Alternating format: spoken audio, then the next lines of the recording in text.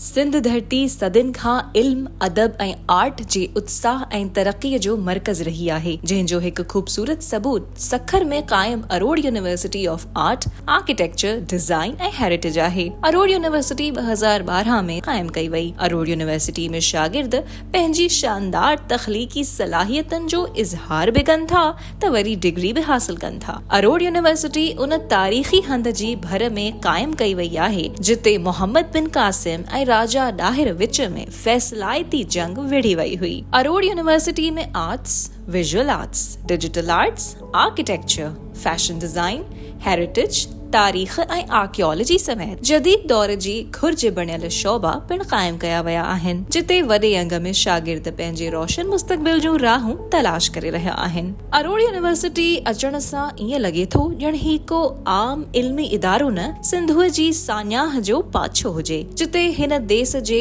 Art, इल्म ऐं अदब जो वाधारो बि थी रहियो आहे त वरी मुस्तक़बिल बि सुहिणे नमूने संवारजी रहियो आहे। बिस्मिल्लाहिर्रहमानिर्रहीम। अस्सलाम वालेकुम नाज़रीन। नवी रसी रहियो प्रोग्राम अर्जो नौजवान आहियां लैला निसार। तव्हांखे जीअं त ख़बर आहे त ही दौर AI जो आहे, टेक्नोलॉजी ऐं तेज़ी सां बदिलजंदड़ दौर आहे। पर सवाल इहो रखंदासीं त अॼोके हिन तेज़ी सां बदिलजंदड़ दौर में अॼोको नौजवान किथे बीठो आहे। जॾहिं आर्टिफिशियल इंटेलिजेंस जी ॻाल्हि कयूं था, टेक्नोलॉजी जी ॻाल्हि कयूं था, चैट GPT अची वियो आहे एंड वॉट नॉट। सो इन्हनि सभिनी खे नज़र हेठि रखंदे असांजो नौजवान छा पंहिंजी क्रिएटिविटी खे लूज़ त न करे पियो ऐं उनजो ख़्यालु छा आहे आर्टिफिशियल इंटेलिजेंस खे वठी करे? छा हू पंहिंजो पाण खे इन ते घणो डिपेंडेंट महसूसु करे थो? छा अॼोके नौजवान पढ़ाई करणु छॾे ॾिनी आहे? छा हू किताब हथ में खणण खां लवाए पियो? इन्हनि सभिनी जा जवाब अचो त हिननि सभिनी नौजवाननि जे ज़बानी ॿुधी वठूं था। ऐं दिलचस्प ॻाल्हि अॼोके प्रोग्राम में इहा आहे त असीं मौजूदु आहियूं अरोड़ यूनिवर्सिटी सखर में। इंट्रस्टिंग ॻाल्हि अॼोके प्रोग्राम जी आहे त अॼु हिते सिर्फ़ु तव्हांखे ही नौजवान वेठल नज़र न ईंदा, सिर्फ़ु स्टूडेंट्स वेठल नज़र न ईंदा, पर हिननि जे प्रोफेसर्स बि असांखे जॉइन करे वरितो आहे। ऐं ही टॉपिक जेको असां रखियो आहे तमामु मुनफ़रिद ऐं इंट्रस्टिंग आहे, जिते असां आर्टिफिशियल इंटेलिजेंस बाबति ॻाल्हि कंदासीं। न सिर्फ़ु एतिरो, पर ॿियो असांजो मुनफ़रिद ऐं दिलचस्प टॉपिक फैशन खे वठी करे आहे त जीअं तेज़ी सां दौर बदिलजंदो वञे पियो, छा फैशन जा रंग बि बदिलजंदा वञनि पिया ऐं उन बाबति ही नौजवान, ही यूथ छा सोचे पई? छा पहिरियों इम्प्रेशन 80% फैशन हुजे थो, ईअं आहे या न? अचो त हिननि जा ख़्याल मिली करे ॼाणियूं था। जी, हिकु ज़बरदस्त शागिर्द मौजूदु आहे ऐं तमामु पढ़ियल लिखियल मूंखे नज़र अचे पियो, लॻे पियो क्लास में फर्स्ट पोज़ीशन ईंदो आहे। सो अचो त हिन खां ॼाणियूं था त ही छा सोचे पियो, AI इन जी ज़हानत ते केतिरो असरअंदाज़ हुजे थी या न हुजे थी, नौजवान सोचे छा पियो। अस्सलाम वालेकुम, हाउ आर यू? वालेकुम अस्सलाम। कैसे हैं आप? ठीक हैं? मैं ऑल बिल्कुल गुड? ठीक। ऐसा लग रहा है आप अपनी क्लास में पहले नंबर पे आते हैं। That's true. Okay, yeah, is that really true? Yes, okay, that's really true. Congratulations. चलें, आपको मुबारकबाद। हम एडवांस में ही देते हैं कि आप जो भी अपनी पोजीशंस ली है या नहीं ली है, उन सब के लिए आपको मुबारकबाद। सो बहरहाल क्या नाम है आपका, कौन सा डिपार्टमेंट है? फिर आते हैं हम अपने टॉपिक के। Okay, my name is Burhan and I am from Department of Architecture and basically I am from Khairpur. Basically आप खैरपुर से हैं? Yes. ओके, तो बुरहान क्या समझते हैं आप, कितनी दफ़ा दिन में चैट GPT इस्तेमाल करते हैं? कितना आप समझते हैं कि आप AI पे बहुत ज़्यादा डिपेंडेंट होते जा रहे हैं? And do you think is it really a threat to creativity? As far as concerned, the question is, I don't think so that it's a threat. Basically, it's an essence for creativity. And as a student for architect, AI is so much, workable for us. ये intention पे depend करता है आपकी कि आपकी intention क्या है। जैसे हमारी हर काम के पीछे कोई इंटेंशन होती है ना, तो हमारी इंटेंशंस तो यही है कि हम काम ही नहीं करना चाहते, हमारे लिए कोई और कर ले, we'll be happy.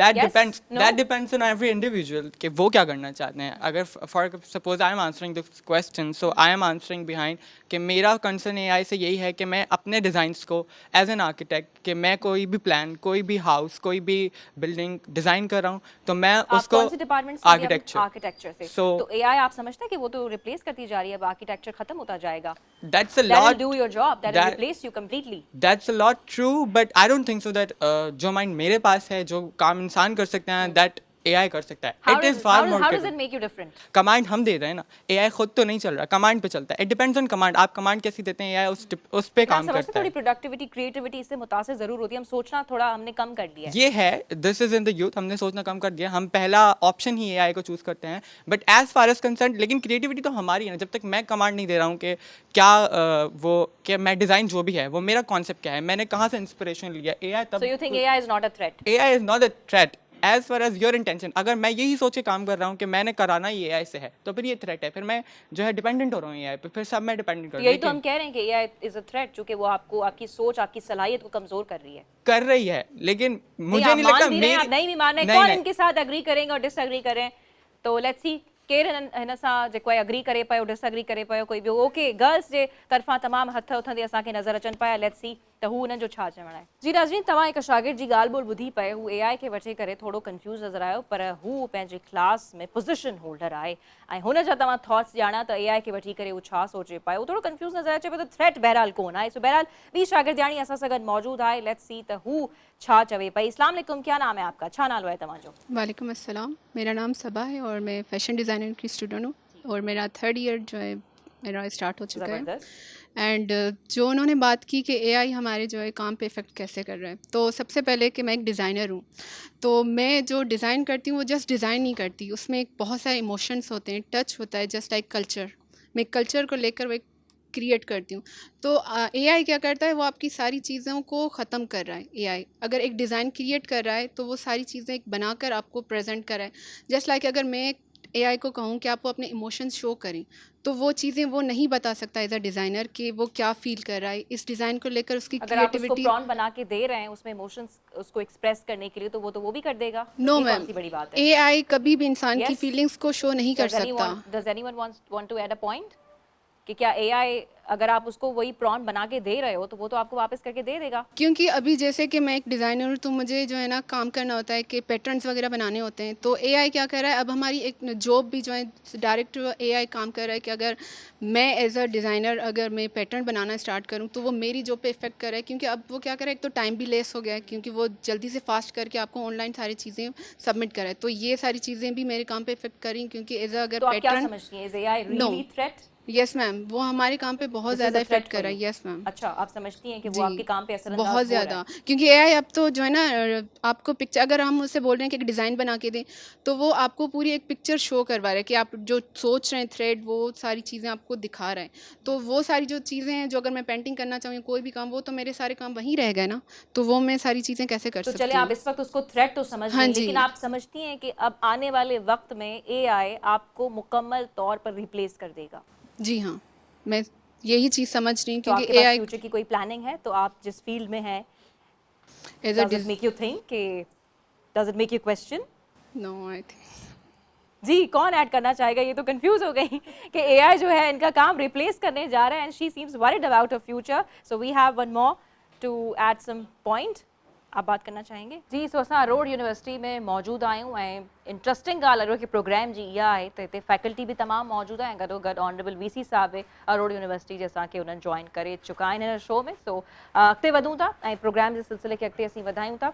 So faculty मां असां सां कोई ॻाल्हाइणु चाहे थो ऐं ॾिसूं था त ही अॼोका नौजवान ॿार AI खे वठी करे तमामु घणो कंसर्न्ड आहिनि, वरिड आहिनि या कंफ्यूज़्ड आहिनि। इहो असां हिननि खां सवाल करणु चाहींदासीं। अस्सलाम वालेकुम sir. Walaikum salam, Najib Jotto here. I'm an assistant professor in Faculty of Design. So, if I talk about the AI, जी सर, ॿार तव्हां चवनि त पिया- ॿारनि जा ॻाल्हाइण ॿोलाइण ॿुधो पिए, हू त ॾाढो कंफ्यूज़ नज़र अचनि पिया। यानी हिकु शागिर्द यानी कन्फेस करे छॾियो त AI कैन टोटली रिप्लेस हर जॉब इन द फ्यूचर। हाँ, उन ई ॻाल्हि खे अॻिते वधाईंदे मां इहा ॻाल्हि कंदुमि। So maybe they are confuse, but if on this stage AI is a bubble, ठीकु आहे, उहो हर रोज़ कॉन्स्टेंट चेंज पियो थिए, ठीकु आहे, उहो कॉन्स्टेंट न आहे। सो उन जे करे जॉब कोई बि रिप्लेस नथो करे सघे। If I talk about my self being a designer, मां AI खे हिकिड़ो डिज़ाइन ॾियां थो, ठीकु आहे, उहो मूंखे हिकिड़ो डिज़ाइन क्रिएट थो करे ॾिए, बट उनखे जॾहिं मां चेंजिंग्स लाइ चवां थो त हू चेंजिंग्स एॾियूं डिफॉल्ट आहिनि या ग़लति आहिनि, हू उनखे रिज़ल्ट्स नथो ॾिए। अगरि ॿ टे रिज़ल्ट ॾियण खां पोइ उनखे चऊं था, देन उनजी कमांड थी अचे, it's not in my data, ठीकु आहे। तो sir, will it be right to say तो एटलीस्ट ऑलमोस्ट डिजायरेबल रिजल्ट त तव्हांखे ॾेई छॾे थो? न, उन में हिकिड़ो फ़ाइदो आहे जेको आहे। इहो नुक़सानु आहे जेको रिज़ल्ट्स ॾिए थो। फॉर एग्ज़ाम्पल, हिकिड़ो डिज़ाइन मां मैन्युअली अॻ में पेंट करे ड्रॉ कंदो हुयुमि, उनखे मे बी 3-4 ॾींहं लॻंदा हुया। Then we started the computer, ठीकु आहे, it's kind of a AI as well, जेको असांजो मैनुअल टूल्स खे रिप्लेस करे कंप्यूटर जेको आहे उहो उन्हनि ते अचे पियो, उहो असांखे 3 ॾींहंनि वारो डिज़ाइन हिकु ॾींहं में ॾिए पियो। But it's a save of time, nothing more than creativity. उन में क्रिएटिविटी काई बि न आहे। जेका बि क्रिएटिविटी आहे, if we are working on the computer और manual, that's all about my design. If I am giving them any prompt, that's also my design. हाँ, AI में इहो आहे, अगर इंटरनेशनली लॉज से ॻाल्हि था कयूं, AI is not copyrighted design. You can not claim your design that's my design. So AI या पूरी दुनिया में आहे त your design is, AI design is not your design, it's a public design. So जेको भी इंटरनेशनल लॉज आहिनि copyrighted जा, उन ते उहो डिज़ाइन हो ई न आहे, एक्सेप्टेबल ई न आहे. त जेके बि इंडस्ट्रीज़ आहिनि या पूरी So do दुनिया you में call कमु it a था threat कनि. or not? No, that's not a threat. It's a tool for to save your time. Wonderfully explained. Just a time. So it's a better जेको असां 4 साल में असांजो ॿारु सिखे पियो, हाणे शायदि उहो 1 साल में उहो अचीव थो करे, त he But or sir, she you will as a grow up more. professor, why do you think that अॼोकी जनरेशन इन हवाले सां एतिरो कंसर्न छो आहे, परेशान छो आहे? तव्हां ॾिसो, तव्हां जेके ॿिनि शागिर्दनि ॻाल्हि ॿोल कई आहे, हू थोरो सो कंसर्न नज़र आहिनि त ही त मूं वारी शइ ठाहे करे ॾे पियो, आउं छा कंदसि हाणे? No, again I say a word in starting, it's a bubble. ठीकु आहे, हिकु ट्रेंड हूंदो आहे न, ट्रेंड ईंदो आहे, पोइ जेको बि ट्रेंड आहे उहो it's a good or bad, So do हर you कोई think it will फॉलो कंदो burst? आहे. इट्स अ ट्रेंड, ठीकु आहे, somehow it's a bad trend. So हर कोई सोचे पियो AI आहे. इवन तव्हां कंहिं बि नॉर्मल पर्सन ॾींदो, हुनखे ख़बर न आहे, पर उहो बि AI जी ॻाल्हि कंदो, because it's a trend, nothing more. Because those who are working पोइ trends त प्रोफेशनली, सर ख़तम थी वेंदा आहिनि त ट्रेंड आई से इट्स अ बबल, ट्रेंड ख़तम थी वेंदो, बबल बि जेको burst थी वेंदो आहे? हा उहो बर्स्ट थी वेंदो, ऐं उहा ई क्रिएटिविटी जेका ह्यूमन थॉट आहे उहा ई ज़िंदा रहंदी. इन जो कोई कॉपीराइट डिज़ाइन न आहे. If you are creating any design or anything, it's not yours. Okay okay, wonderfully explain. ख़ैर अञा असां वधीक जेको आहे स्टूडेंट्स सां बि ॻाल्हि ॿोल कयूं था, काफ़ी मज़ो आहे तव्हांजो ओपिनियन ॿुधी करे, एक्सप्लेनेशन ॿुधी करे. शायदि स्टूडेंट्स खे बि हाणे थोरो घणो हौसलो ज़रूरु मिलियो हूंदो, but let's explore more about it त हू छा चवनि था. So thank you very Thank much you. Sir. हिते हिकु शॉर्ट कमर्शियल ब्रेक वठंदासीं. तमामु इंटरेस्टिंग डिस्कशन हली रही आहे. Will continue it right after a short commercial brake.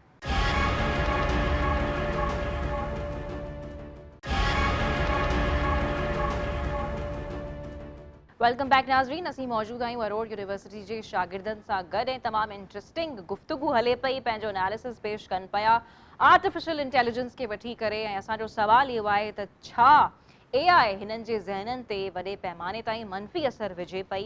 छा हिननि जी क्रिएटिविटी AI जे करे ख़तमु थी वई आहे या ख़तमु थी सघे थी फ्यूचर में? हिकिड़ो ॿियो नौजवान गॾु आहे, अचो त हिन सां ॻाल्हि ॿोल कयूं था. अस्सलाम वालेकुम. वालेकुम सलाम. मुंहिंजो नालो मुज़ामिल अहमद भयो आहे ऐं मां पाण आर्टिफिशियल इंटेलिजेंस डिपार्टमेंट मां आहियां ऐं बेसिकली मां खैरपुर मां आहियां. त जीअं तव्हांजो सुवाल आहे त AI असांजे लाइ थ्रेट आहे या न, त मां चवंदुमि AI तव्हांजे लाइ थ्रेट बि आहे ऐं as well opportunity. As well I can say it is an opportunity, as well it can be a threat for you. So it depends how you are using it. जीअं अगरि मां फ़िलहालु opportunities तव्हांखे ॿुधायां त तव्हांखे एजुकेशन में इहो इलाही हेल्पफुल करे थो सघे. जीअं अॼुकल्ह GPTs आहिनि, जेमिनाइज़ आहिनि, मुख़्तलिफ़ मॉडल्स आहिनि जंहिंजे थ्रू असां जेको आहे न प्रॉम्प्ट ॾींदा आहियूं, हिकिड़ो सिंपली प्रॉम्प्ट ॾींदा आहियूं. कोई अगरि पढ़ियल लिखियल बि न आहे, उहो छा ॾींदो आहे, प्रॉम्प्ट ॾींदो आहे हिकिड़ो, या कंहिंखे चवंदो आहे यार प्रॉम्प्ट ॾियारियो, ऐं उनजे जेको बि मसइलो मसाइल हूंदो आहे उहो ख़तमु थी वेंदो आहे. पर छा तव्हां नथा सम्झो त उनजे करे असांजी सोचण जी सलाहियत ते वॾा असर पवनि पिया? असां दरअसल पोइ महिनत कोन कनि पिया, कमु नथा कयूं? दरअसल उहो मां चवां थो उहो हिकिड़ो थ्रेट बि आहे. ठीकु आहे. जीअं हिते कुझु स्टूडेंट्स चयो त असांखे डेडलाइन मिलियल हूंदी आहे, असांखे वक़्त ते कमु पूरो करिणो पवंदो आहे, पर उहो थी न सघंदो आहे, इन जे करे असां कमु कंदा आहियूं. तव्हां AI खे तॾहिं यूज़ कयो जॾहिं तव्हां डेडलाइन सफ़ा घटि हुजे. मतिलबु कयो सही लाज़मी. जॾहिं हाणे तव्हां वटि कोई अपॉर्चुनिटी बची कोन्हे, तव्हां टाइम बिल्कुलु थोरो बचियो आहे, पोइ तव्हां यूज़ तव्हां करे पंहिंजी सघो. असाइनमेंट्स जे लाइ यूज़ कंदा आहियो चैट GPT खे? AI असां खे? यूज़ कंदा आहियूं एज़ अ हिंट. असांखे अगरि कोई हिंट वग़ैरह वठिणो आहे तॾहिं असां यूज़ कंदा आहियूं. जीअं AI असांखे एजुकेशन में बि हेल्पफुल आहे, जीअं सेफ्टी में बि हेल्पफुल थी थो सघे. जीअं अॼुकल्ह तव्हां हिकिड़ी फेमस कंपनी आहे टेस्ला, उहा ऑटोमेशन में अची वई आहे, सेल्फ ड्राइविंग कार्स अची वयूं आहिनि. अच्छा, उनजो नुक़सानु कहिड़ो थो थिए, ड्राइवर्स जेका रिप्लेस थी था वञनि. हाणे इन जी मदद कहिड़ी थी आहे, माना बेनिफिट इन जो असांखे कहिड़ो मिलियो त ऑटोमेशन मिली वई, असांखे ड्राइवर्स ते असां डिपेंडेंट आहियूं. ठीकु आहे. थ्रेट कहिड़ो मिलियो, हिकिड़ो असांजी जॉब जेका आहे हली वई. उनखे अलावा ॿियो थ्रेट कहिड़ो आहे, डीप फेक जेके इमेजिस जनरेट थियूं थियनि, जी, डीप वीडियोस जनरेट थियूं वेरी थियनि. Good point. हा, जीअं मिसाल जे तौर ते हाणे हे 2-3 ॾींहं सोशल मीडिया ते हिकिड़ो ट्रेंड हलियो त जेका किलर वेल आहे ओक्वा जे नाले सां, जी, जिते जेको इहो जेसिका खे. जी उनखे खाई वई. हाणे सॼी दुनिया में इहो जेको आहे न मशहूरु थी वियो त वेल मच्छी जेको आहे खाई छॾियो माई खे, ॿिनि मच्छियुनि. अच्छा, उहे वीडियोस जेकी हुयूं असल में मां ॿुधायां उहे जनरेटेड हुयूं, AI जनरेटेड. ऐं माण्हुनि जेको आहे उनखे हेॾो फैलाए उन्हनि मां मिलियंस ऑफ डॉलर्स कमाया 2-3 ॾींहंनि में. इहा हुआ डीप फेक AI, जंहिंजे थ्रू तव्हांजी बि असां हमशकल जेको आहे ठाहे था सघूं. जीअं तव्हां चयो त एंकर्स वग़ैरह आहिनि, एंकर्स बि रिप्लेस थी था सघनि इन जी जॻह ते, त मतिलबु इहो इन जो हिकिड़ो थ्रेट आहे. पर एज़ ए बेनिफिट ॾिठो वञे त असां हिन खे हेल्थ केयर में बि यूज़ करे था सघूं. जीअं मेडिसन वग़ैरह थी या डॉक्टर्स जी असांखे एॾी काई ज़रूरत वग़ैरह कोन पवंदी अच्छा जी जी तव्हां सम्झो पिया त हाणे डॉक्टर्स जे वञण जी ज़रूरत जी, न आहे जी। बिकॉज़ वी हैव एआई जी, जी, तव्हां एआई खां इलाज वठंदा आहियो जी असांखे कॾहिं बि जीअं हाणे मूंखे रिसेंटली अगरि मां पर्सनली ॿुधायां मूंखे इन्फेक्शन थियो हुयो ईयर इन्फेक्शन पर सडनली अधु राति लॻी पई हुई पर मूंखे हॉस्पिटल मां वञी कोन पियो सघां अधु राति जो पर मूंखे इलाही पेन पियो त मां चैट जीपीटी खां पुछियसि त मूंखे इलाही सूर थो पए तव्हां कोई मूंखे सुइटेबल इन जो इलाजु ॿुधायो पोइ तव्हांखे हुन कहिड़ो इलाज उन सही मूंखे सूटेबल ॿुधायो इलाज ॿुधायो अगरि या जी जी उन चयो अगरि तव्हांखे काई पेन किलर आहे फ़िलहालु त तव्हां उहा खायो इन जे करे मां पेनाडोल खाई छॾी हालांकि मूंखे ख़बर कोन हुई इहा खाइणी आहे इंटरेस्टिंग इंटरेस्टिंग पर हालांकि हुनजो इलाही असर बि थियो मूंखे पर तव्हां पेनाडोल एतिरो वधीक डिपेंडेंट न रहो चैट जीपीटी ते जो तव्हां हेल्थ जो जे लाइ बि हाणे तव्हां उन खां पुछण लॻा न आहियो जॾहिं ॾिसो न हिकिड़ी मॉडर्न टेक्नोलॉजी अवेलेबल आहे तव्हांखे जॾहिं उहा इंसाननि खां बहितर कमु तो करे छा थी तव्हां इन जो मक़सदु इहो असां सम्झूं त हाणे तव्हां डॉक्टर ते वञणु बंदि करे छॾींदा because U have AI available न एॾो बि डिपेंडेंट न हुजे माण्हू पर इन केस एमरजेंसी हुजे जॾहिं तव्हांखे डॉक्टर्स वग़ैरह अवेलेबल आहिनि जीअं मां चयुमि मिड नाइट जो जेको आहे मूंखे एॾो पेन पियो हाणे ओॾी महिल हेल्थ प्रॉब्लम्स लाइ बि हाणे तव्हां जेको जी आहे जी हेल्थ प्रॉब्लम्स जे लाइ बि तव्हां यूज़ करे था सघो उनखे अलावा एज़ ए आई ट्यूटर्स तव्हांखे एआई जेको बि तव्हांजो कोई सो बहरहाल तव्हांजो ऐं वधीक वरी उन पॉइंट ते ईंदसि तव्हांजी क्रिएटिविटी अफेक्ट कोन पई थिए सोचण जी सलाहियत अफेक्ट थिए थी या न हा या न में जवाबु ॾियो उहो तव्हां ते थो थिए मां पहिरियां बि चयुमि एज़ अ तव्हांजी थिए पई या न क्रिएटिविटी अफेक्ट मुंहिंजी कोन पई थिए पर इंसान ते आहे उहो उनखे यूज़ कीअं थो करे अगरि उहो इलाही डिपेंडेंट आहे उन ते त माना इहा उनजी क्रिएटिविटी खे असरु करे थो अगरि उहो पंहिंजो माइंड यूज़ करे थो मतिलबु डिपेंडेंट न रहूं सही सां डिपेंडेंट न इस्तेमालु कयूं ठीकु मतिलबु आहे तव्हां ते आहे ओके इंटरेस्टिंग इंटरेस्टिंग ॾाढो मज़ो आयो तव्हांजी ॻाल्हि ॿुधी करे त तव्हां पंहिंजे कन जे सूर जे लाइ एआई खां मदद वरिती अॻिते वधूं था जी ॿियो असां सां कुझु शागिर्दियाणियूं ॻाल्हाइणु चाहिनि पियूं जी नाज़रीन तव्हांजे साम्हूं आहे सभु कुझु हिकु शागिर्द जेको आहे पंहिंजे कन जे सूर जे लाइ यानी पंहिंजे हेल्थ प्रॉब्लम लाइ हू एआई सां राब्तो करे थो पर सम्झे थो त हीउ थ्रेट त न आहे इहो डिपेंड करे थो त तव्हां उन टूल खे उन एआई खे इस्तेमालु कीअं कयो पिया सो बहरहाल हू त ईअं इस्तेमालु करे पियो ॾिसूं था त ॿियनि शागिर्दनि जो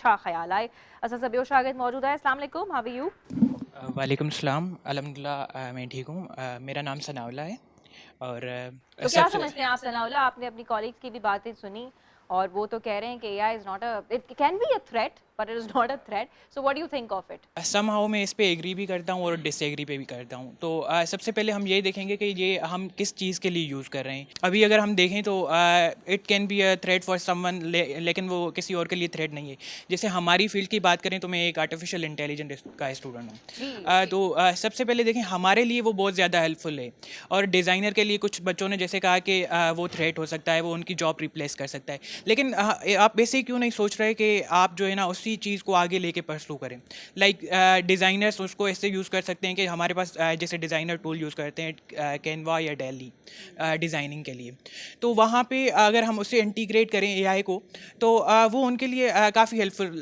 रह सकता है जैसे कलर कॉम्बिनेशन हो गया और कलर थ्योरी उन्हें बेटर तरीके से बताना कि अगर यहाँ पे आप ये डिज़ाइन कर रहे हैं तो आप ये वाला कलर लगाएं का मतलब है कि एआई आपके काम को संवार रहा है हाँ basically not a threat somehow ये थ्रेट भी है मैं ये कह रहा हूँ लाइक देखें जनरेटिव एआई है हमारे पास अगर हम पूरी एक डिज़ाइन ही उससे जनरेट करवा रहे हैं तो ये तो थ्रेट हो गया क्योंकि वो हमारी इमेजिनेशन को ख़त्म कर रहा है लेकिन वो अगर हम उसकी जगह पे जनरेट करने के बजाय हम अपनी डिज़ाइन क्रिएट करें और वही वहाँ पे एआई से हेल्प लें कि आप ये बताएं कि इसमें हम कौन से कलर ऐड करें तो वो बेटर इंसान से बता सकता है कि ये कलर अगर हम ये यहाँ पे लगाएं तो it will be more eye catching and attractive तो that's the point of view कि किसी के लिए वो थ्रेट भी हो सकता है और किसी के लिए वो नहीं आपके लिए क्या है वो बेसिकली मेरे लिए वो हेल्पफुल है एज मैं एक डेटा एनालिस्ट की आगे परसू कर रहा हूँ तो डेटा एनालिस्ट के लिए बेसिकली हमारे पास हम ऐसा कर सकते हैं कि कोड जनरेट करवा लें तो वो कोड जनरेट करके दे देगा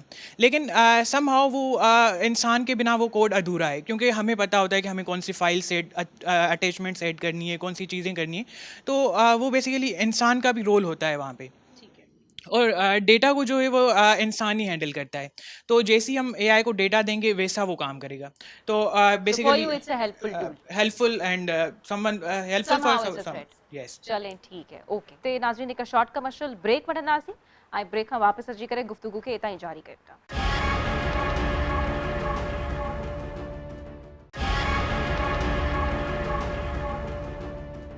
वेलकम बैक नाज़रीन असीं रोड यूनिवर्सिटी में मौजूद आहियूं हिकु हॉल में तमामु शागिर्द असां सां गॾु मौजूदु आहिनि पर इंट्रस्टिंग ॻाल्हि इहा आहे त गॾो गॾु उन्हनि सां तव्हांखे फ्रंट रो ते फैकल्टी वेठल नज़र ईंदी ऐं गॾो गॾु तव्हांखे वीसी साहब बि वेठल नज़र ईंदा सो अचो त उन्हनि सां बि ॻाल्हि ॿोल कयूं था त हुननि बि तमामु जेके ओपिनियंस आहिनि आर्टिफिशियल इंटेलिजेंस खे वठी करे स्टूडेंट्स जा ॿुधा पई हुननि जो छा ख़्यालु आहे, छा अॼोको स्टूडेंट अॼोको नौजवान वाकई कंसर्न आहे AI खे वठी करे, छा AI वाकई उन्हनि खे रिप्लेस करे सघे थो। अस्सलाम वालेकुम sir, thank you so much for the opportunity, तव्हां असांखे स्टूडेंट्स सां इंटरेक्ट करण जो मौक़ो ॾिनो पए।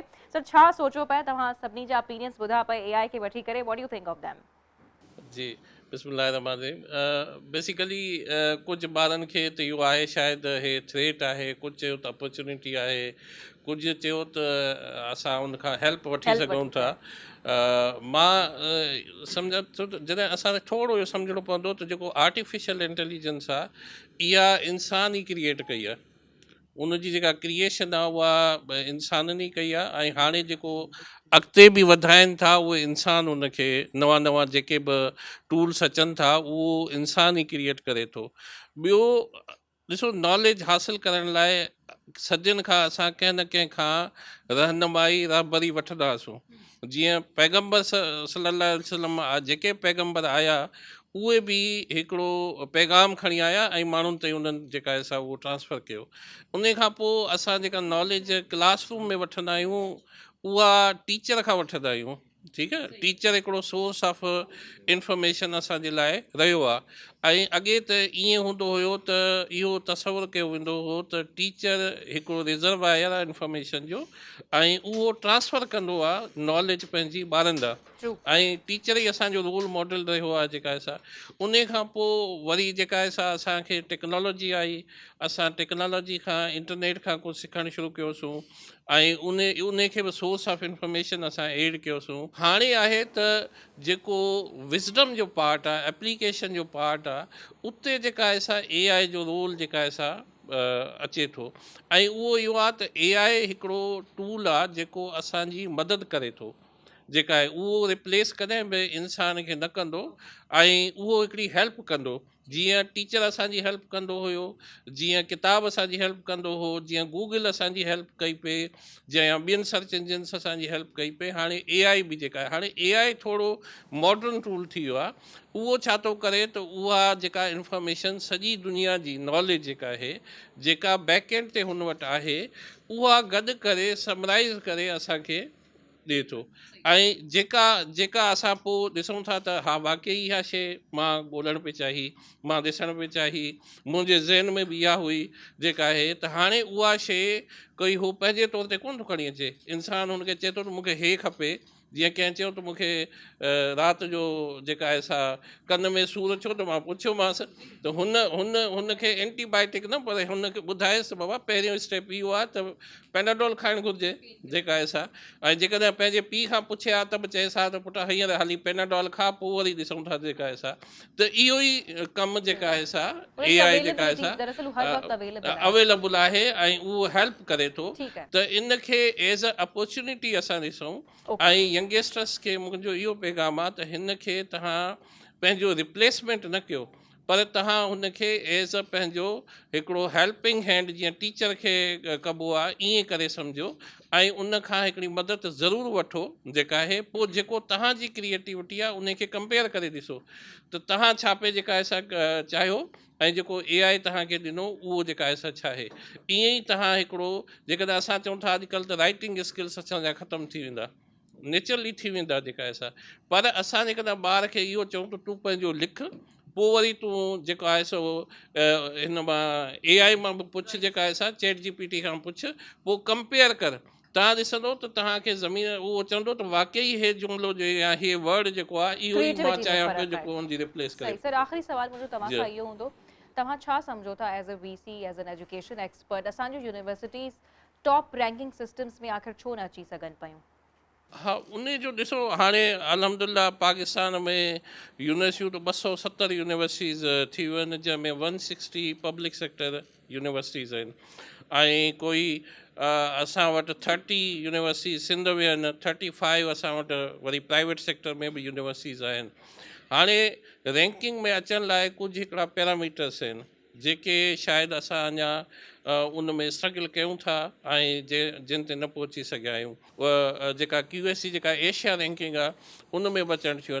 हाणे गवर्नमेंट जी जेका प्रायोरिटी आहे उहा थोरी जेका आहे सा चेंज थियणु घुरिजे। ॿिए हंधि जेका दुनिया में असां ॾिसूं त एडुकेशन ते एटलीस्ट 4% ऑफ टोटल GDP जेका आहे सा मिनिमम आहे, यानी इहो त ख़र्च थियणु घुरिजे।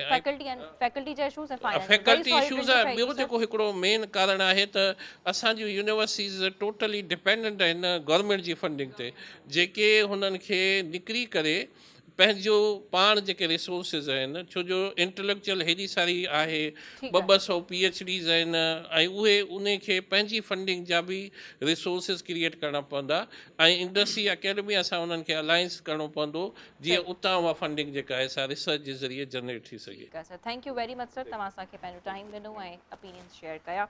सो VC साहब सां नाज़रीन असांजी ॻाल्हि ॿोल थी आहे। हाणे अचो त वरी शागिर्दनि जी तरफ़ हलूं था ऐं ॾिसूं था त शागिर्दनि जो छा ख़्यालु आहिनि। VC साहब जी बि ॻाल्हि ॿोल ॿुधी AI खे वठी करे या यूनिवर्सिटी जो त ख़ैर मामिलो अहिड़ो आहे जिते असां कलाकनि ताईं डिस्कशन करे सघूं था। हुनजे पोयां काफ़ी सारा जेके चैलेंजिस आहिनि, रीज़न्स आहिनि, VC साहब असांखे ॻाल्हाइण जी कोशिशि कई पई। सो ॿाहिरां अॻिते वधूं था ऐं अचो त शागिर्दनि सां ॻाल्हि ॿोल कयूं। ॿी शागिर्दाणी मौजूदु आहे, ॾिसूं था त आर्टिफिशियल इंटेलिजेंस खे वठी करे हुन जा छा ख़्याल आहिनि। सो अस्सलाम वालेकुम, छा नालो आहे तव्हांजो? वालेकुम सलाम, और मेरा नाम है आमना चंगेज़ी। मैं BS विजुअल आर्ट्स की स्टूडेंट हूँ, फाइन आर्ट्स। तो आमना, आप समझती हैं कि आर्टिफिशियल इंटेलिजेंस आपकी जहनियत को कमज़ोर कर रहा है, सोचने की सलाहियत को ख़त्म कर रहा है? नहीं, मैं बिल्कुल भी ये नहीं मानती कि AI कभी भी हमें रिप्लेस कर सकता है। बिकॉज़ सबसे पहले मैं ये आपको बताना चाहूँगी कि जैसे कि जो आर्ट है या पेंटिंग है या क्रिएटिविटी है, वो तब से चलती आ रही है जब से लैंग्वेज भी नहीं थी। जैसे केव्स में जाके लोग आर्ट बनाते थे और वहाँ से स्टार्ट हुआ है। उसके बाद कितनी चीज़ें आ गई हैं, जैसे फ़ोटोग्राफ़ी, तो कभी उसने आर्ट और क्रिएटिविटी को रिप्लेस नहीं कर पाई, क्योंकि फ़ोटोग्राफ हालांकि ऐसे ही AI की तरह कोई एक मीडियम है और हमें पेंटिंग में टाइम लगता है, मगर फिर भी कभी भी पेंटिंग रिप्लेस नहीं कर पाई हमारे काम को या हमारी क्रिएटिविटी को।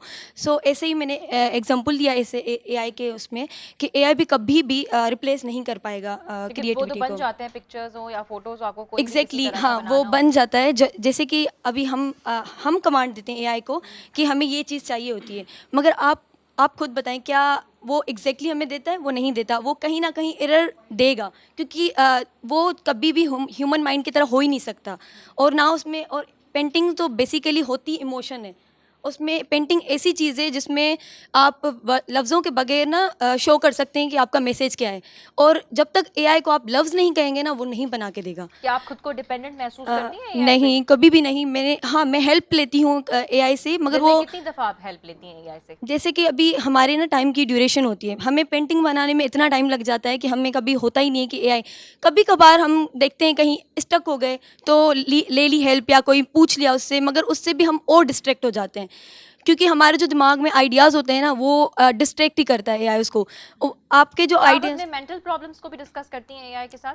नहीं, मैं क्योंकि आजकल ये ट्रेंड बहुत ज़्यादा बढ़ता जा रहा है और वहाँ पे मुझे कुछ स्टूडेंट्स नज़र आ रहे हैं and I would like to talk to them कि ऐसा क्यों है। हम आए तो उनसे जानते हैं, अचो त उन्हनि सां ॼाणंदा। Thank U. जीअं त हिकु शागिर्दाणी ॻाल्हायो पए त हू एतिरो डिपेंडेंट महसूस न करे पई, पर कुझु हाणे इहो ट्रेंड वधंदो वञे पियो, कुझु रिसर्चिस अचनि पियूं ऐं उन्हनि में इहो ॼाणायो वञे पियो त हाणे असां पंहिंजा ज़हनी मसला बि AI सां डिस्कस कयूं पिया।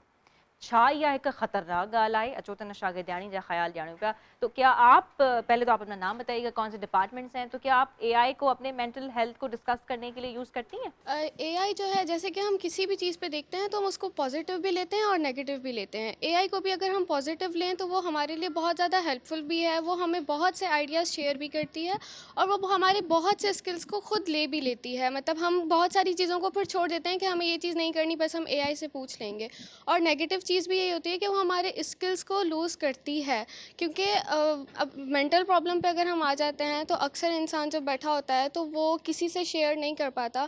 फैमिलीज़ में कुछ प्रॉब्लम्स होते हैं, वो किसी से शेयर नहीं कर पाता। दोस्तों के पास टाइम नहीं होता। जब तक वो वहाँ तक जाए तो वो बहुत सारी चीज़ों को AI से ही डिस्कस कर लेता है। उन्हीं से प्रॉब्लम्स की सॉल्यूशन नहीं पूछता, पर अपनी प्रॉब्लम्स बता देता है, अपने दिल का बोझ हल्का कर लेता है।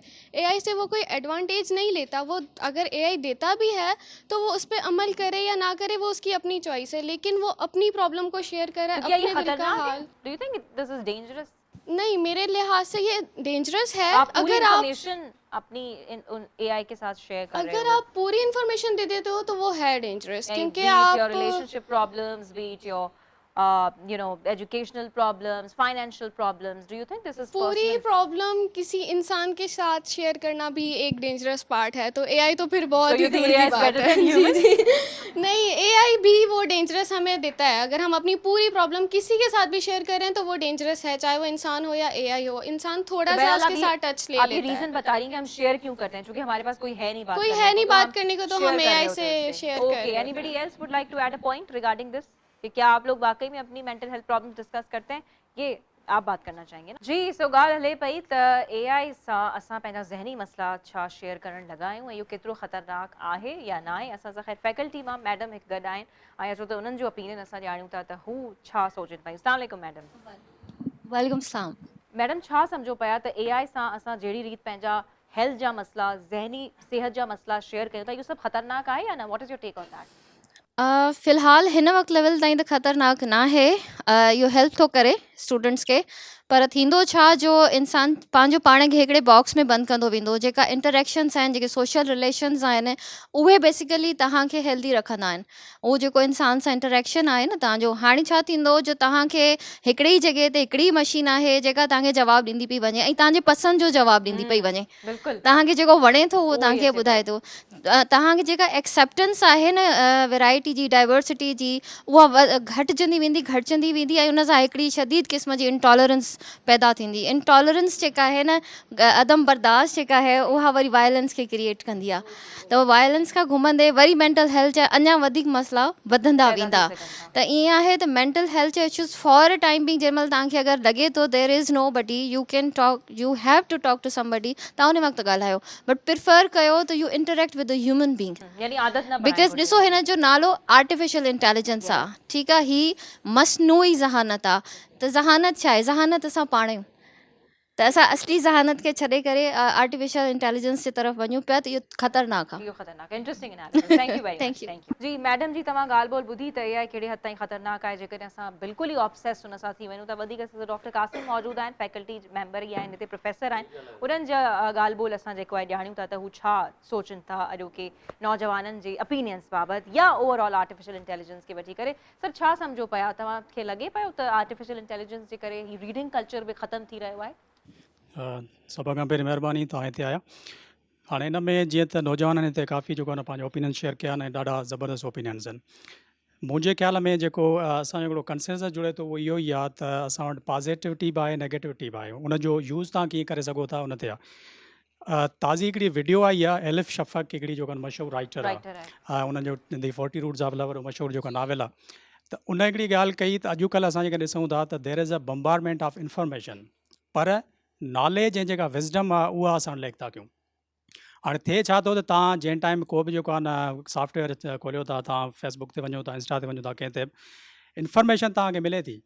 थिए छा थो त असां उनखे उहो पढ़ण वारो जेको एलिमेंट आहे, उहे जेके शयूं पहिरीं हुयूं जंहिं हिसाब सां असां जेको आहे न 200-250 पेजिस जो नावेल वेही करे पढ़ंदा हुआसीं, एलिफ शफ़क़ खे पढ़ंदा हुआसीं, हाणे उनखे छा था कयूं, असां हिकिड़ी 10-15 मिंट जी वीडियो ॾिसी करे उन मां कंक्लूजन कढी था वञूं त जेको आहे न हीउ मामिलो ई आहे, पर उनजे अंदरि सब्सटेंस कोन्हे को। हाणे जॾहिं मां दी 40 रूट्स ऑफ लव जॾहिं मां खणंदुसि उनजे अंदरि मां पढ़ंदुसि त उन मूंखे ख़बर पवंदी त उते रूमी जो जेको आहे न कहिड़ो हिकिड़ो जेको आहे न स्टांस हुयो, छा हुयो, सॼी जेका उनजी मूंखे ख़बर पवंदी। लेकिन हिते जेको सच उन माना में कोन थो थिए।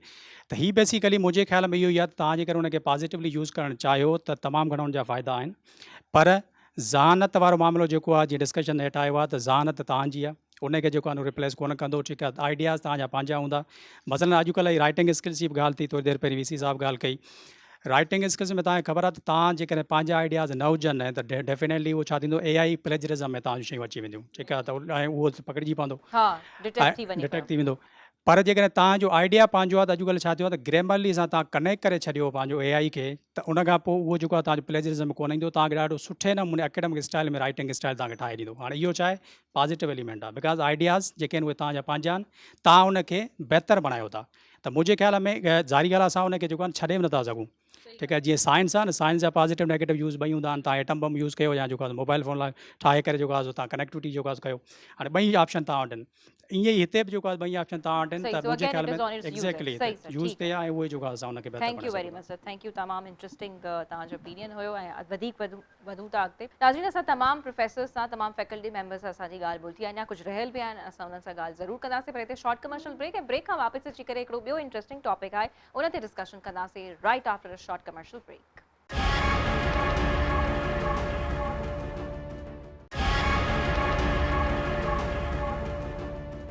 वेलकम बैक नाज़रीन। हाणे हिकु ॿियो दिलचस्प टॉपिक आहे, एआई ते तमामु घणी ॻाल्हि थी ऐं एआई सां रीडिंग कल्चर केतिरो मुतासिर थियो आहे, उन ते बि डिस्कशन हली रही आहे। पर फैशन जे बारे में ही नौजवान छा सम्झनि पिया? एआई छो त फैशन जे बारे में बि तमामु घणा आइडियाज़ ॾे पियो, कंहिंखे कंहिं पार्टी में वञिणो आहे, कंहिं शादी में वञिणो आहे, त एआई तव्हांखे बाक़ाइदा तौर ते हिकिड़ी ड्रेस प्रिपेयर करे ॾींदो त तव्हांजी स्किन मुताबिक़, तव्हांजी पर्सनैलिटी मुताबिक़ जेकॾहिं तव्हां ही कलर पायो या ही रंग पायो त तव्हां ते तमामु घणो सुठो लॻंदो। सो बहरहाल फैशन ते हलूं था, ऐं ॿियो इहो सुवाल हूंदो फैशन सां रिलेटेड, त छा तव्हां सम्झो पिया त फर्स्ट इम्प्रेशन तव्हांजो 80% फैशन हूंदो आहे? फैशन असल में आहे छा? असां फैशन डिपार्टमेंट जे स्टूडेंट खां ई पुछी वठूं था, हिते कुझु मौजूदु आहिनि। अस्सलाम वालेकुम, छा नालो आहे तव्हांजो? वालेकुम, मां मुगनिया तुनियो खैरपुर खां आहियां। मुगनिया, छा सम्झो पिया त फैशन छा आहे तव्हांजे मुताबिक़? फैशन हिकिड़ो नॉन वर्बल लैंग्वेज आहे जेकी पंहिंजी एनर्जी, मूड, पंहिंजे ड्रेसिंग सेंस सां बि हो तव्हांखे करे था सघो। त मतिलबु हो तव्हांखे ॾिसी करे बि हो दूर खां ई न हिकिड़ो फैशन डिज़ाइनर न नज़र अची वेंदा त हा भाई हे अचे थो त हे फैशन डिज़ाइन जो। तव्हांजो फैशन डिज़ाइनिंग में इंट्रस्ट कीअं डेवलप थियो? मुंहिंजो ईअं डेवलप थियो कि मां न नंढी एज जी हूंदी हुअमि त मुंहिंजी अम्मी स्टिचिंग कंदी हुई, त मां ॾिसंदी हुअमि अम्मी खे त मतिलबु हिकिड़ो पूरो सिंपल कपिड़ो आहे, उनखे स्टिचिंग करण खां बाद मुख़्तलिफ़ तरीक़नि सां मतिलबु असां ठाहे सघूं था। त न मां अम्मी जंहिं महिल बि स्टिचिंग कंदी हुअमि, मां अम्मी सां गॾु वेही रहंदी हुअमि त इहो कीअं थो ठहिजे या छा। उन खां बाद मुंहिंजे हो माइंड में ईंदो तव्हांजे हुयो मुताबिक़ सुठो नज़र अचणु केतिरो ज़रूरी आहे? सुठो नज़र अचणु तमामु ज़रूरी आहे। त जी जी, त तव्हांजो कपिड़नि जे हिसाब सां या रंग जी चूंड या कोई कंहिं मीटिंग में थो वञे, कोई यूनिवर्सिटी में थो वञे, केतिरो ज़रूरी आहे? हिनजी का अहमियत आहे या न? बिल्कुलु ज़रूरी आहे, उहो असांजो फर्स्ट इम्प्रेशन हूंदो आहे अॻिले जे हुनजे हिसाब सां। अच्छा, फर्स्ट इम्प्रेशन तव्हां सम्झो भाई लुक्स हुजनि था, तव्हां फैशन हुजे थो? जी, लैंग्वेज बि हूंदी आहे, बिहेवियर बि हूंदो आहे, ऐं दैट्स ऑल फैशन एक्चुअली। जी जी, इहो बि हिनखे बि फैशन ई असां चवंदा न, जी कोई ॿियो ॻाल्हाईंदो, तव्हांजा लुक्स मैटर कनि था, तव्हांजी पर्सनैलिटी, इहो सभु कुझु फैशन में अचे पियो। त हिन बाबति तव्हांखे कोई अच्छा तव्हां ऐड करणु चाहींदो? जी, हिकु शागिर्दियाणी जो चवणु आहे त तव्हांजा लुक्स, तव्हांजो फैशन, तव्हां पंहिंजो पाण खे कीअं कैरी कयो पिया, इहो तव्हांजो फर्स्ट यानी 80% फर्स्ट इम्प्रेशन हुजे थो, शायदि उहा अग्री बि करे पई। सो ॿियो शागिर्द कुझु ऐड करणु चाहे पोइ? जी, छा नालो आहे, छा चवणु चाहींदो? मुंहिंजो नालो यूसुफ आहे ऐं मां डिपार्टमेंट ऑफ एनवायरमेंट साइंस मां आहियां। असांजी प्रोफेशनल लाइफ में जॾहिं असां वेंदा आहियूं त इलाही इंटरव्यूज़ वग़ैरह थींदा आहिनि, जॉब इंटरव्यूज़, डिफरेंट मीटिंग्स थींदियूं आहिनि, त ड्रेसिंग सेंस जेका आहे असांजी उहा इलाही मैटर करे थी। तव्हां कंहिं कैजुअल मीटिंग में वञो था, किथे हाई रैंकिंग मीटिंग में वञो था, तव्हां कंहिं प्रोफेशनल मीटिंग में वञो था, तव्हां कंहिंखे कन्विंस करणु वञो था, सिर्फ़ु मीटिंग्स जे लाइ, रोज़मर्रा में नथी मैटर? रोज़मर्रा में तव्हांजी फिज़िक्स जे हिसाब सां, तव्हांजी पर्सनैलिटी जे हिसाब सां उनखे अपग्रेड कंदी आहे। ऐं एज़ अ स्टूडेंट फैशन या ड्रेसिंग सेंस असां लाइ when we are going to our professional life, उते असां उनखे हिकिड़ो सुठो इमेज। तव्हां एनवायरमेंटल साइंसिस जा स्टूडेंट आहियो, छा फैशन ऐं एनवायरमेंट हिक ॿिए सां इंटरकनेक्टेड आहे? को असर पवे पियो असांजे क्लाइमेट चेंज ते, जेकी टेक्सटाइल इंडस्ट्री आहे? जी, असर इहो पवे पियो बेसिकली त क्लाइमेट चेंज जे करे उन ड्रेस ठाहिण में डिफरेंट डिज़ाइन्स अचनि थियूं, जेके climate we can say friendly आहिनि। जीअं असांजे वर्ल्ड जो टेम्परेचर राइज़ थिए थो ऐं उन हिसाब सां मार्केट में जेका नीड अचे थी उहा अहिड़े फैब्रिक जी अचे थी, अहिड़े डिज़ाइन जी अचे थी जेका हवादार हुजे, त उन लाइ फैशन ऐं क्लाइमेट जो इहो लिंक आहे। पर डू यू थिंक त उहो फैशन जेकॾहिं आम आवाम त उनखे अडॉप्ट नथो करे सघे, त एलीट तबको ई एनवायरमेंट फ्रेंडली फैशन खे अडॉप्ट करे सघे थो? Do you think so environmental friendly fashion महांगो आहे? नो नो नो नो, इहो सफ़ा महांगो न आहे। असां हिन यूनिवर्सिटी में जॾहिं बि पढ़ूं था, जेको बि पढ़ूं था, त उन में इकोनॉमिकल ऐं सस्टेनेबिलिटी ऐं इहे जेके असांजा कॉन्सेप्ट्स आहिनि, हर स्टूडेंट्स खे असांजा टीचर ॿुधाइनि था। त कोई बि फैशन डिज़ाइन जो स्टूडेंट प्रोडक्ट जेका ठाहींदो, त उन ख़बर आहे मूंखे मार्केटिंग करणी आहे, त उहो पंहिंजी कंट्री जी आवाम जे हिसाब सां, आवाम जी वेल्थ जे हिसाब सां हुनखे डिज़ाइन कंदो। Thank you. जी, सो सवेर ॻाल्हि हले पई फैशन ऐं क्लाइमेट चेंज खे वठी करे, ऐं असांजे शागिर्द जो चवणु आहे त एनवायरमेंटल फ्रेंडली फैशन खे बि अडॉप्ट करे सघिजे पोइ। सो वधीक असांजो सवाल इहो आहे त छा फैशन वाकई में तव्हांजे कॉन्फिडेंस खे बूस्ट करे पियो? हिकु ॿी शागिर्दाणी मौजूदु आहे, ॾिसूं त हू फैशन खे वठी करे छा सोचे सम्झे पई, फैशन हुनजे मुताबिक़ छा आहे, ऐं हू डिपार्टमेंट भी शायद फैशन अस्सलाम वालेकुम, I am Laiba from fashion design department. Basically fashion हमारी रोज़मर्रा के लिए इम्पॉर्टेंट है, वो हमें इम्प्रूव कॉन्फिडेंस देता है एक तरह से, और वो कहीं ना कहीं हमारे लुक्स कवर अप कर लेता है अगर हम अपने आप की ड्रेसिंग सेंस वगैरह चेंज करें। और बाकी अगर इको फ्रेंडली के बारे में बात करें तो आजकल काफ़ी ब्रांड्स सस्टेनेबिलिटी पे वर्क कर रहे हैं कि जो लॉन्ग लास्टिंग पहने जाएं।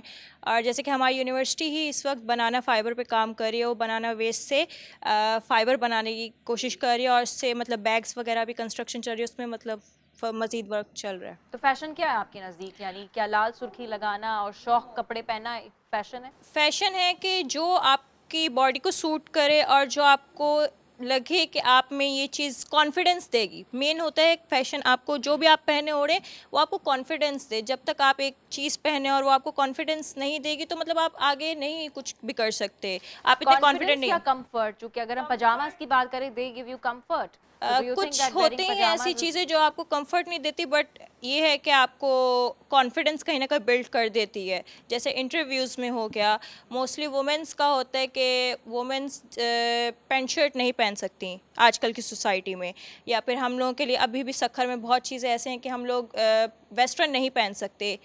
तो ये चीज़ है कि ये कवर अप यहाँ पे करता है, फिर हमें उस मुताबिक अपने आप को ड्रेसअप करना पड़ता है। आप समझती हैं कि हमें फैशन जो है माहौल के हिसाब से कैरी करना चाहिए, अडॉप्ट करना चाहिए? सोसाइटी के हिसाब से थोड़ा बहुत करना पड़ता है।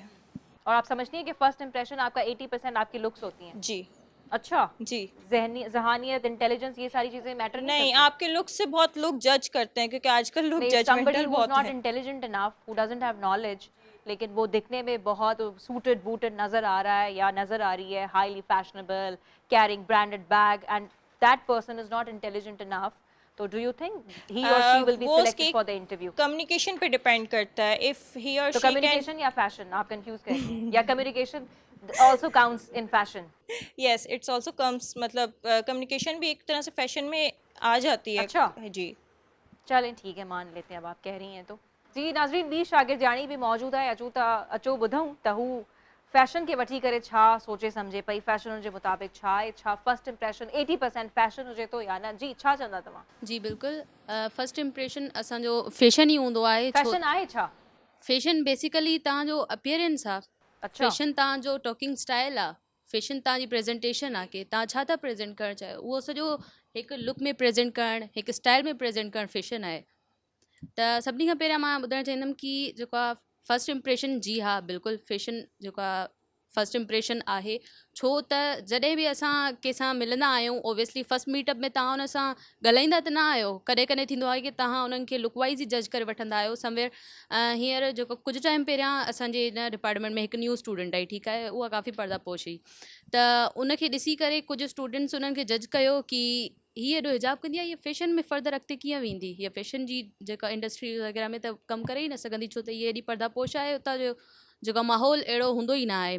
त इन में तव्हां जज करे था सघो कि फैशन जेको आहे फर्स्ट इंप्रेशन असांजो आहे ई आहे। अच्छा जी बिल्कुलु, ठीकु आहे, ओके जी। आहिस्ता आहिस्ता नाज़रीन सभी शागिर्द जेको आहे पंहिंजो ओपिनियन अञा वधीक एक्साइटेड महसूस कनि था ऐं पार्टिसिपेट करणु चाहिनि था। सो ॿी शागिर्दियाणी आहे, AI खे वठी करे कुझु पंहिंजा थॉट्स शेयर करणु चाहे पई ऐं ॾिसूं था त हू छा चवे पई। जी अस्सलाम वालेकुम। वालेकुम अस्सलाम, मुंहिंजो नालो तबस्सुम अब्दुल समी आहे ऐं मां हिस्ट्री डिपार्टमेंट जी स्टूडेंट आहियां, हार्वर्ड यूनिवर्सिटी में पढ़ां थी। त AI खे वठी करे मुंहिंजे डिपार्टमेंट सां जेके थॉट्स आहिनि त छा AI जेको आहे त असांखे रिप्लेस करे सघे थी या फिर उन खां मूंखे कोई थ्रेट त न आहे, त उहा मुंहिंजी जेको आहे त क्रिएटिविटी ख़तमु करे छॾींदी। त सभ खां पहिरियां त AI मुंहिंजे लाइ हेल्पफुल आहे, मूंखे कोई कमु करिणो आहे, उन मां मूंखे उहा सजेस्ट करे थी, मुंहिंजे लाइ उन जेको नॉलेज खे जेको आहे न फिंगर टिप ते जेको आहे त मौजूदु करे ॾिए थी। पर मां इन ॻाल्हि सां कॾहिं बि एग्री नथी करे सघां त AI मुंहिंजी जॻह वठी सघे थी, कॾहिं बि पॉसिबल न आहे। फॉर एग्ज़ाम्पल AI वधि में वधि मूंखे उहा इंफॉर्मेशन ॾेई सघे थी जेका मौजूदु आहे। छा मां AI खे इहो कमांड ॾेई सघां थी त हे पीरियड जेको आहे इहो डिस्कवर न आहे थियलु, मूंखे ॿुधाए त हिते केरु हुया, कॾहिं बि नथो थी सघे। त मुंहिंजी क्रिएटिविटी आहे या फिर जेको मां डिस्कवर करे सघां थी उहो AI कॾहिं बि ओके ग्रेट, ज़बरदस्त। जी नाज़रीन, सो ही हुया अरोड़ यूनिवर्सिटी जा स्टूडेंट्स। असां हिननि सां AI खे वठी करे ॻाल्हि कईसीं, फैशन खे ऐं उन खां अलावा रीडिंग कल्चर छा AI जे करे मुतासिर थिए पियो, उन जी ज़हनी सलाहियतूं केतिरो मुतासिर थियूं, त काफ़ी दिलचस्प सवालनि जा हिननि जवाब ॾिना पए। सो वधीक ईअं ई इंशाल्लाह असांखे ॿिए यूनिवर्सिटी में तव्हां सां मुलाक़ात कंदासीं कुझु ॿियनि डायनेमिक ऐं एनर्जेटिक स्टूडेंट्स सां। सो पंहिंजो ख़्यालु रखिजो, पंहिंजो फीडबैक ॾियण असांखे हरगिज़ न विसारींदा। मुलाक़ात थींदी जल्दी। अल्लाह हाफ़िज़।